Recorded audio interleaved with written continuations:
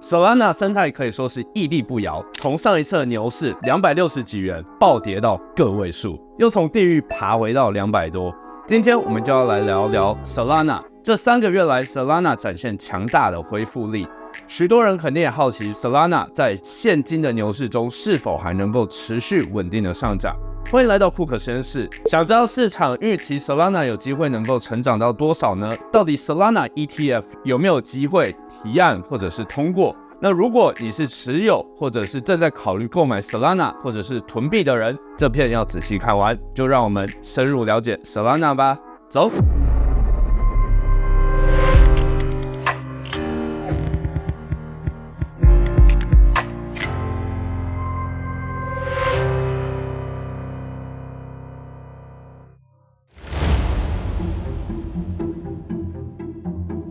Solana 近期一路从谷底翻身，除了本身的交易手续费便宜而且方便使用之外，最主要的是有许多迷因币诞生在 Solana 上面，像是透过 Pump Fund 的这个平台就可以简单的发射代币。如此之外，也有许多类型的 Telegram Bot 可以进行跟单或者是狙击交易。但不管怎么说，整个 Solana 的生态上，从 TVL 增长速度到交易量都直接超越了二哥以太坊。手续费消耗也一度超越了以太坊。除了链上数据表现亮眼以外，也有大型跨国的传统公司也开始把触角伸向了 Web3 领域，而 Solana 也就是他们的目前的首选。像是大型企业信用卡公司龙头 Visa 和线上支付 Stripe 也都打算在 Solana 上面发行稳定币 PYUSD。大家应该知道，绝大部分的交易对都是对标稳定币的，也就是大家接受度最高的价值认知。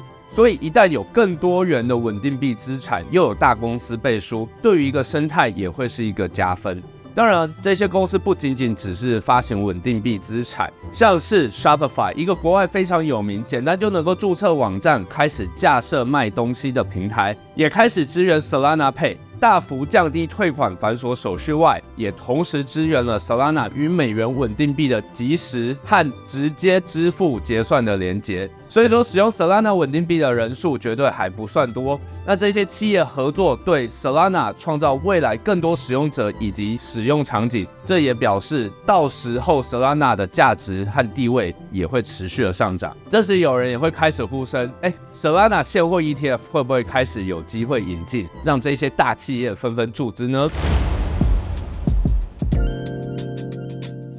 如今市场中，比特币和以太现货 ETF 已经通过，接下来也开始有一些人说，Solana ETF 就会是下一个。但事情其实没有大家想的这么简单。最主要的是，首先，比特币和以太坊的 ETF 早在现货 ETF 通过之前呢，其实已经有期货市场在交易了一段时间，有记录的。那也就是说，期货 ETF 其实早就已经问世，再加上早期像一些国家，像加拿大也早就已经有现货比特币和以太坊的现货 ETF 的产生。所以说，今年6月的时候，由 VanEck 提交了 Solana 现货 ETF 的申请。但是基于我们前面所说到的原因 ，Solana 其实还没有期货的先例为基础，一下子要通过现货 ETF 是非常困难的。除非有大的机构像是贝莱德的进场，才有可能增加点几率。那除此之外呢，我们也提到了一些风险因素，其实也会跟这个 Solana ETF 乐观程度有关联性。总之呢，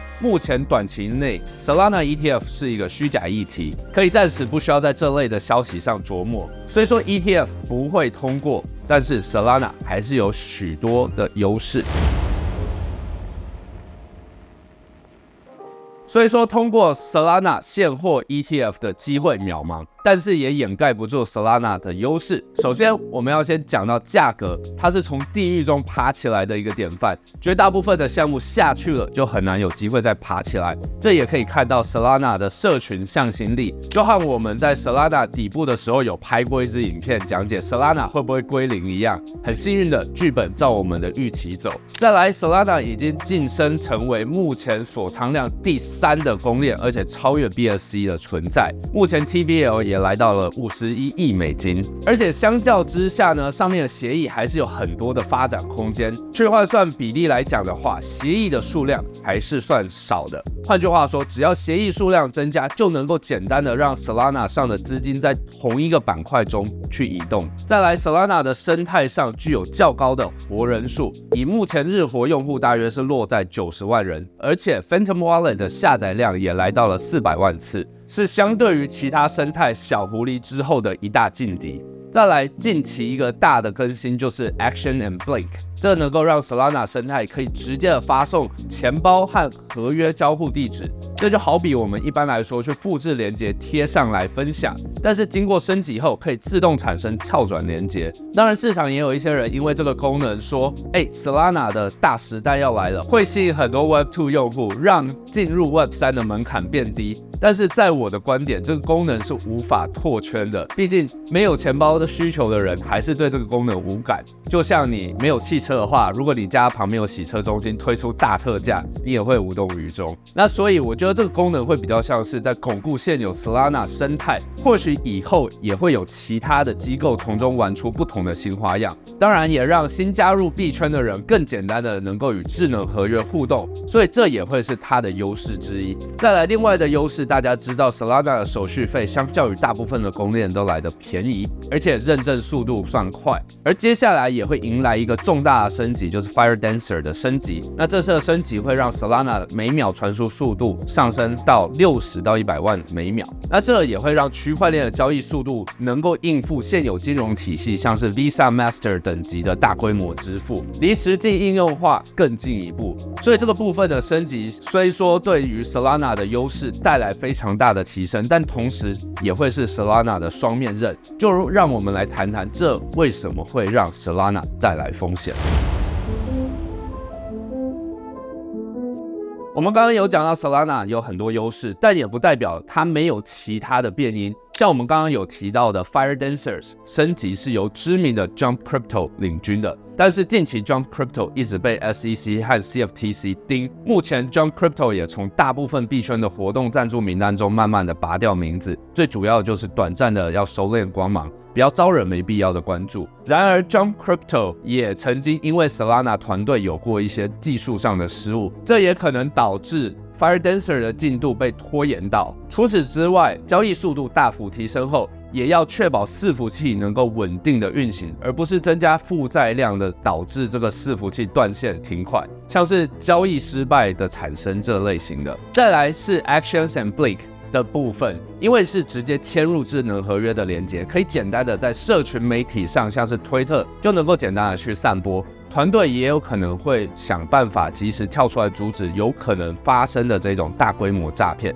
想一想 ，MetaMask 在签合约都需要你透过这个点击按好几次的情况下，都有很多钓鱼的诈骗合约了。那么简单程序化的 Solana 也可能加速此类型的灾情泛滥，进而影响用户的体验。毕竟信任一旦打破，就很难再次修补的完好如初。最后还有一个隐忧，就是 FTX 还有4100万颗的 SOL 在手上，价值大约是80亿美金的量体，其中在2025年的3月会开始解锁，距离目前的时间也大约是半年的左右。那这些代币的成本价格在64美金左右，也会是每个月持续解锁到2028年，所以你要去关注一下这一天。而且呢，在那一天之后呢，每个月解锁大约是60.9万颗的 Solana。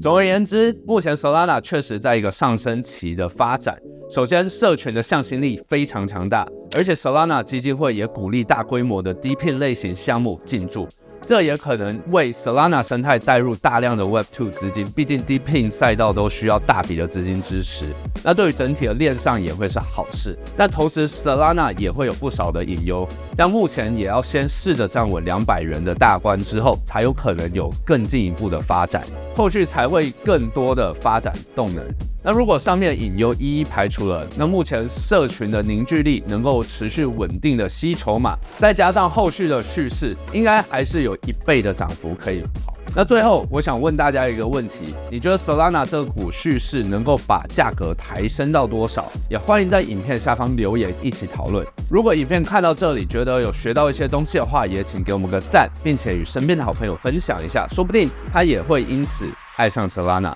那还没有订阅库克实验室的人，也可以赶快动动手指订阅起来，才不会错过之后的更新。那今天就分享到这里啦，拜拜。